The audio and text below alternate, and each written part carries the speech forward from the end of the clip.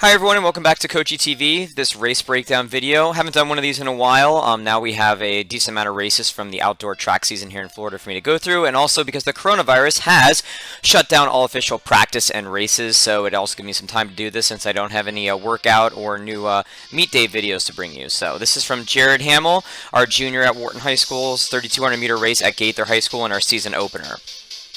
I'm Kyle Giacono. I'm the boys cross country and track coach at Wharton High School in Tampa, Florida, and I have been for the last 7 years. My credentials are on the screen. So talk a little about the 3,200 meter or 2 mile, the metrics that make this race up. So win predictor, there's not anybody that's just studied the 3,200 meter. It's not a professional race. It's not a college race. It's just a high school race. So the closest thing we have is from Ingham in 2008, which was a longitudinal study. That the closest thing to it was finding that the 5K, 94.3% of the time, whoever had the better VO2 max won the 5K. Now, the closest thing to a 5K is a 3,200 meter based on the race, some of the other things we'll look at here. So I would say it's pretty safe to say that this is at least as reliable, 94.3% of the time. And we'll see why it's probably even a little bit higher just to sort of look at the makeup of the race itself. So from the USATF distance curriculum, we find that the 3,200 meter is run right at VO2 max, sometimes a little bit faster. VO2 max is typically what you can hold for 10 minutes, so a boy running faster than 10 minutes is going to be going a little bit faster than their VO2 max technically. And that's the other reason why I would say this is at least as good. So if you're running right at VO2 max, obviously the person who has the better VO2 max is going to win most of the time. Race strategy and other things that can play out, but it's a pretty good indicator. And from the study that was done by Dr. Matter and Hartman in 2018, groundbreaking study to look at where energy was produced in an actual race at a minute-by-minute, second-by-second time frame, we'll find that the 3,200 meter, 5% of the energy is going to come from the available ATP and the creatine phosphate or the alactic system. 15% is going to come from the anaerobic glycolytic or that long speed system, the one that causes jelly leg feeling if you go for too much. And it's a very long race, so 80% of it is going to be aerobic. Nothing groundbreaking there, but just an idea of what the percentages are. So a little bit about Jared Hammill entering this race. He was the number 2 seed in this race based on previous PRs. He was coming in at this at 9:55 from the year before. But Jared had gone 9:54 and 9:53 in VO2 max tests in practice leading up to this. So he was probably at least in that shape going into this race. And that was just in practice, pretty much going against himself. The next closest kid we have is about a 10:30 kid. So first and only race of the day. Not doubling them up at this point in the season. We're still trying to figure out what's Jared's best race. I would have told you he's a 2-miler. Some recent races would tell me maybe he's more of a miler, maybe even creep down into the 800 meter. He's showing great promise in both his distance and middle distance development. This race was on February 15th, the first week of our regular season. We were toward the end of general prep, where aerobic development is the focus. This is a very long race, obviously, so it fits right in. And this race was meant to be his next VO2 max. In fact, every single one of our kids this day, except for one, did the 2-mile here. We were fortunate that they were allowing us to enter so many kids in the 3,200 meters so we could get this in practice, or in competition, a VO2 max test. Our goal was to hold 72 seconds on the first 6 laps and bring it down from there. First lap is typically going to be a little bit faster, and then I always want them on the critical zone, the last quarter of any race, to bring it down. So for the 2-mile, that's going to be the last 2 laps, so that's why I say the first 6 and then bring it down. His other PRs to this point, official PRs, 206.67 and an 800 early in his sophomore year. I'd had him ham time in 201 in the relay that made it to the state meet, the 4x8, but that's not obviously official. And also not official, his 400 meter test from practice the year before was 56.79 seconds. His cross-country 5K from his junior year was 15:55. He was actually 10th in the state this year running that time. He ran 15 minutes, 15:55 at districts, 15:58 at regionals, and 15:55 at the state meet where he finished 10th, as I mentioned. And his mile PR from the year before was 4:31.92, a pretty decent mile for a sophomore at that point. So let's see how the race itself played out. Sorry. Okay. So the first thing I'm going to tell him when you see him come by here is going to be 72, 72, 72. So I'm going to have it muted because I'm just kind of saying crazy things at this point. But that's really what I'm telling him as this first lap kind of presents itself as we go forward. Thought I had it muted. Let me go ahead and fix that.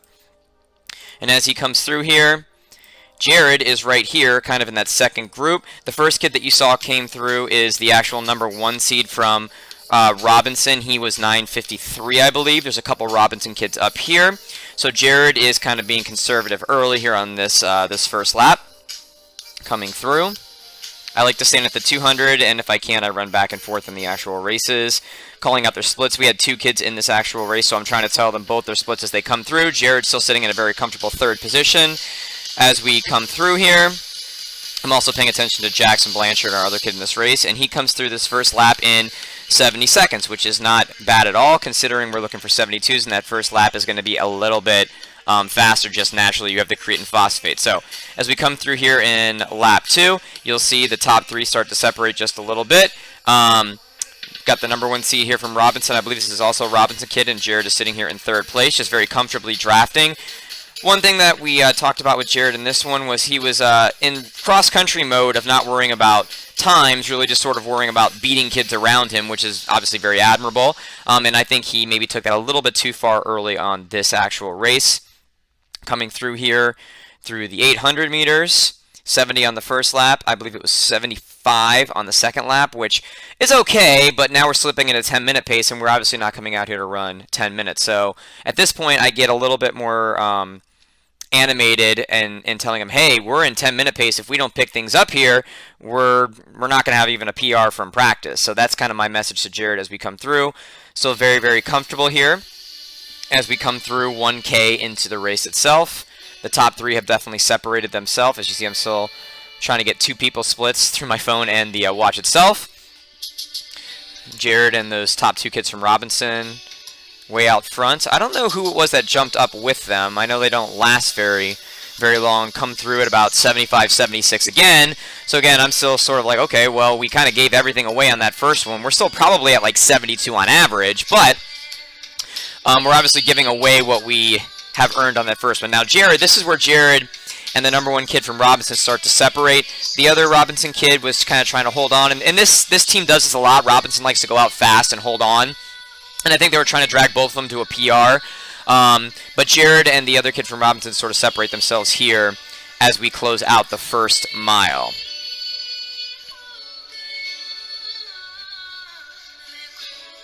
And there's our other kid from Morton, Jackson Blanchard, our senior.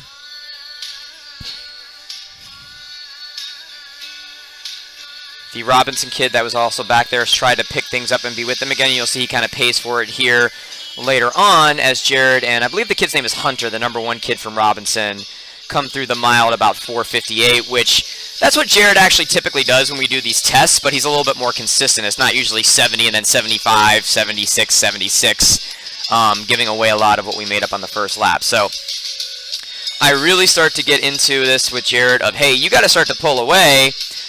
This is going to be a 10 flat race. We're just not looking for 10 flat at this point in the season, especially from a 15:55 kid. So they start to move. They start to separate. The kid's name is Hunter now that I think about it. Him and Jared sort of separate from themselves as we are halfway through this 5th lap. Still trying to pay attention to 2 kids here at once. Jackson sets a really big PR in this race too, going 10:31. As I go back and forth between the 2. Now Jared and him are starting to wind things up. We're finishing out the 5th lap. We're still in the comfort zone, and I think he's still clipping off 75s. Jared and Hunter are still out front, and this is where I really start to get into the, hey, we're not really doing what we need to here. We're really thinking too much cross country. We really need to push things here a little bit. So this comes from Jared's not a kid that comes from a really extensive, I mean, he didn't do anything AAU or anything like that growing up. His first running experience really competitively was track his freshman year. So he's really just thinking about winning, and on this next lap you'll see what he really starts to do here as he realizes what his time is. Because this next lap is going to be about 75, 76 also. I think actually this 6th lap dropped down to 74 just because he realized what was going on. But if we are rolling through, starting to lap people here, if we are rolling through with 800 to go and we're really at just 10 flat pace, you really got to kind of pick things up. So Jared just starts to drop the hammer now, and you don't even see Hunter from Robinson. Jared is opening up a big gap here. You can really see these mechanics. He's really just very comfortable at this pace. He's now at 68, 69 on that lap as we finish through here. And his last lap, I believe, drops down to 67 seconds as he easily takes first place by about, what is that, 100 meters, something like that. So here is the actual race breakdown, a very big PR for Jared at this point. As I mentioned, our goal was 72 for the first 6 laps. Was conservative early, maybe a little bit too much. As I mentioned, he did a great job in cross country of just being very, very patient. There would be quite often where he'd be in like 30 to 50th place through the first mile in cross country and would finish in the top 5. The state meet was like that. He was something like 35 through the mile and he finished 10th overall. So he's just kind of getting used to where his position is, realizing that his speed and his power are just that much greater than where he was at this point. My powers have doubled since the last time we met, Count. He's one of the big dogs in the race now, and that was sort of new for him. Realized it was too easy on the last 800, and he really just started to focus in on his time and not just winning the race. Once he realized the pace was only 10 flat, he went all out, as I mentioned there.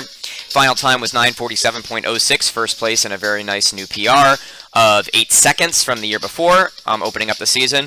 Lap 1 was 70, and then 75, 76, 76 for a 4:58, so his seconds per 400 was 74.5. 76, as I mentioned, 74 is where he started to wake up here.